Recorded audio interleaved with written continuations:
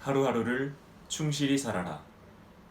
1871년 봄, 한 청년이 책을 읽다가 몹시 마음에 끌리는 구절을 발견했다. 마음에 새겨진 이 구절 덕분에 그의 삶은 엄청난 변화를 겪게 되었다. 당시 몬트릴 종합병원의 의학도였던 그는 졸업시험을 앞두고 걱정이 태산 같았다. 졸업시험에 과연 합격할 수 있을지, 합격하면 무엇을 해야 하고 어디로 갈 것인지, 어떻게 개업해야 하고 생활은 어떻게 꾸려나가야 할지 심각한 고민에 사로잡혀 있었다. 그렇지만 이 젊은 의학도는 1871년에 읽은 그 구절로 인해 당대의 가장 유명한 의사가 되었다. 세계적으로 인정받는 명예의 상징인 옥스포드 대학교의 명예교수가 되었고 영국에서 자귀를 받았으며 세상을 떠날 때는 1466쪽에 달하는 방대한 2권의 전기가 간행되었다. 그는 바로 윌리엄 오슬러 경이다. 그가 1871년 봄에 읽은 구절은 우리의 중요한 임무는 먼 곳에 희미한 것을 보는 게 아니라 가까이 똑똑하게 보이는 것을 실행하는 일이다. 라는 토머스 칼라일의 말이었다. 이 말 덕분에 그는 심각한 고민에서 벗어날 수 있었다. 그로부터 42년 뒤 아름다운 튤립이 교정에 만발한 어느 따뜻한 봄날 저녁에 윌리엄 오슬러 경은 예일 대학교에서 연설하게 되었다. 그는 그 자리에서 자신이 4개 대학교의 교수가 되었고 유명한 책을 저술했기 때문에 사람들이 자기가 특별한 두뇌를 가진 사람처럼 생각할지 모르지만 사실은 친구의 말처럼 가장 평범한 두뇌를 가진 사람일 뿐이라고 말했다. 그렇다면 오슬러 경의 성공 비결은 무엇이었을까? 그것은 바로 하루하루를 충실히 사는 것이었다. 이 말이 무슨 뜻일까? 예일 대학교에서 연설하기 2-3개월 전에 윌리엄 오슬러는 대형 기선을 타고 영국에서 대서양을 건너 미국으로 갔다. 그는 선장이 단추 하나만 누르면 배의 각 부분이 차례로 닫혀 방수구역을 이루도록 건조된 것이었다. 오슬러 박사는 그 배의 예를 들며 예일 대학교 학생들에게 이야기를 시작했다. 자, 여러분은 이 전기 여객선보다 훨씬 잘 만들어진 몸과 마음이란 배로 지금부터 길고 긴 인생의 항해에 나서게 될 것입니다. 제가 여러분에게 드리고 싶은 것은 인생의 항로를 더 안전하게 가려면 배의 각 부분처럼 오늘이라는 구획을 명확히 지어 살아갈 수 있도록 기계를 조절하는 기술을 배우라는 것입니다. 선교에 올라가 보면 배를 움직이는 모든 기관이 질서정연하게 배열되어 있다는 것을 알 수 있을 것입니다. 거기서 단추를 누르십시오. 그러면 여러분 인생은 과거를 닫게 되고 이미 지나간 어제를 잠그는 철문 소리를 들을 수 있을 것입니다. 다음 단추를 또 눌러보십시오. 그러면 그 단추는 모든 기계를 작동시켜 미래, 아직도 우리 눈앞에 나타나지 않은 내일이라는 커튼을 닫게 될 것입니다.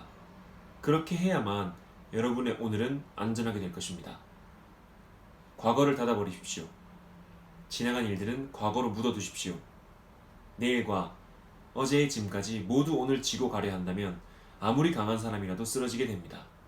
미래나 과거를 모두 닫아버리십시오. 미래란 바로 오늘입니다. 내일이 아닙니다. 정력의 낭비나 정신적 고뇌 그리고 번민은 미래의 일에 이리저리 얽매이는 사람에게 붙어 다니기에 마련입니다. 앞뒤의 문을 꽉 닫고 오늘을 위해서만 충실히 생활하는 습관을 지니도록 하십시오. 그렇다고 오슬러 박사가 내일을 대비해서 아무런 준비를 하지 않아도 좋다고 말하는 것일까? 아니다. 결코 그렇지 않다. 그는 내일을 위한 좋은 준비 방법이란 오늘 일을 오늘 하기 위해 모든 지성과 열정을 집중하는 것이라고 말했다. 그것이야말로 내일을 준비하는 유일한 방법이다. 또 오슬러 박사는 예수의 기도문 중 오늘날 우리에게 일용할 양식을 주옵소서 라는 기도로 하루 일과를 시작할 것을 권했다. 이 기도는 단지 오늘의 양식만을 갈구하고 있다. 어제 먹었던 딱딱한 빵에 대해서 이러쿵저러쿵 불평을 늘어놓는 말이 아니다. 다음과 같은 말도 아니다. 오 하나님시여, 요즘 밀밭에 물이 모자랍니다. 며칠 동안 비가 안 올지 모릅니다. 그렇게 된다면 내년에 먹어야 할 밀은 어떻게 됩니까? 제가 일자리를 잃고 실업자가 된다면 주여, 저는 어떻게 빵을 얻어야 됩니까? 이 기도는 오늘만의 양식을 주십사 하고 기원해야 한다는 것을 가르쳐주고 있다. 오늘의 빵이야말로 우리가 먹을 수 있는 유일한 빵이다. 옛날에 한 가난한 철인이 돌이 많은 지방의 황무지를 거닐고 있었다. 그곳은 살기가 무척 힘들었다. 어느 날 군중이 그의 강론을 듣고자 언덕 위에 모여들었다. 거기서 그는 역사상 가장 많이 인용되어 온 다음과 같은 교훈을 역설했다. 내일의 일을 걱정하지 말라. 내일 일은 내일 생각하라. 하루의 노고는 오늘 하루로 족하니라. 많은 사람들은 예수의 이 말씀을 실행 가능성이 없는 한낱 이상론에 지나지 않는다고 거부하며 이렇게 말한다. 내일 일을 생각하지 말라뇨. 가족을 보호하기 위해 보험에 들어야 하고 노후를 대비해서 저축해야 하고 입신 출세를 위해 미리미리 계획을 세우고 준비하지 않으면 안 되죠. 물론 그렇게 해야 한다.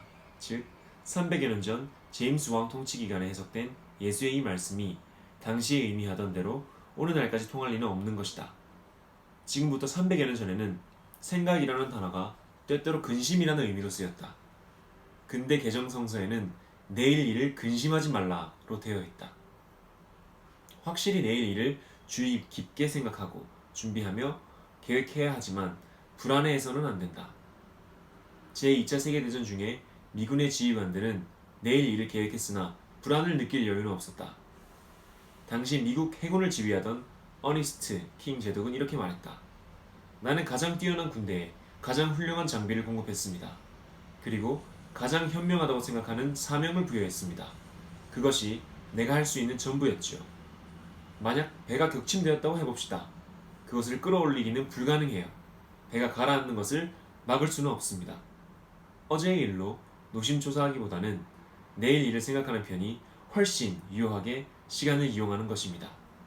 게다가 지나간 일에 얽매여 망설이다가는 좀처럼 몸을 지탱할 수 없게 되죠. 어느 때를 막론하고 좋은 생각과 나쁜 생각은 차이가 있다. 즉, 좋은 생각은 원인과 결과를 연관시켜 논리적이고 건설적인 계획에 이르게 하고 나쁜 생각은 때때로 긴장과 신경쇠약에 이르게 한다.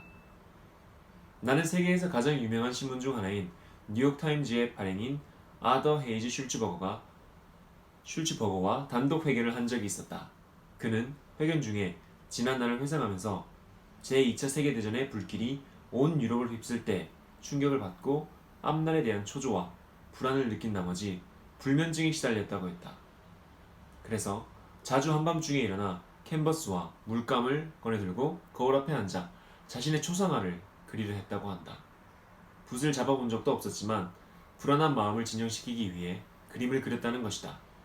그런데 그는 좌우명으로 삼은 다음의 찬송가 1절을 부르기까지 실로 마음의 평화를 찾지 못했다.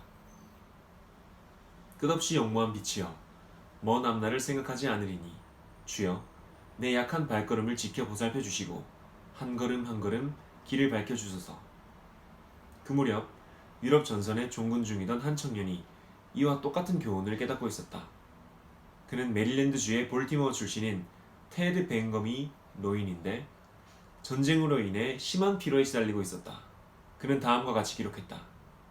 1945년 4월 나는 극심한 고뇌 끝에 경련성 횡행열장이라는 병에 걸리고 말았다. 만일 그때 전쟁이 끝나지 않았더라면 완전히 폐인이 되었을 것이다. 나는 극도로 피로해 있었다. 94 보병사단에 소속된 전사병 기록계 하사관으로서 전사자와 행방불명자, 병원 후송자들 명단을 기록하는 것이 나의 임무였다. 또 적군이건 아군이건 간에 전투 중에 서둘러 대강 묻어버린 병사들의 시체를 파내는 일을 도와야만 했다. 죽은 병사들이 남기고 간 물품들을 간추려서 부모나 친척에게 보내주는 일도 맡았다. 그런 일을 하면서 나는 유품이 바뀌는 착오를 저지르지 않을까 항상 걱정했고 내가 이런 일을 견딜 수 있을까 근심했다. 살아 돌아가서 아직 보지 못한 생후 16개월 된 내 아이를 안아볼 수 있을지도 걱정했다. 걱정과 근심이 너무 지나쳐 체중이 약 15kg이나 빠지면서 급기야 반 미치광이가 되었다. 내 손을 쳐다봤다. 손은 거의 뼈만 앙상했다. 쇠약해진 몸을 이끌고 집으로 갈 것을 생각하니 끔찍했다. 어린애같이 흐느껴 울기도 했다. 마음이 약해져서 혼자 있을 때면 눈물이 저절로 쏟아졌다.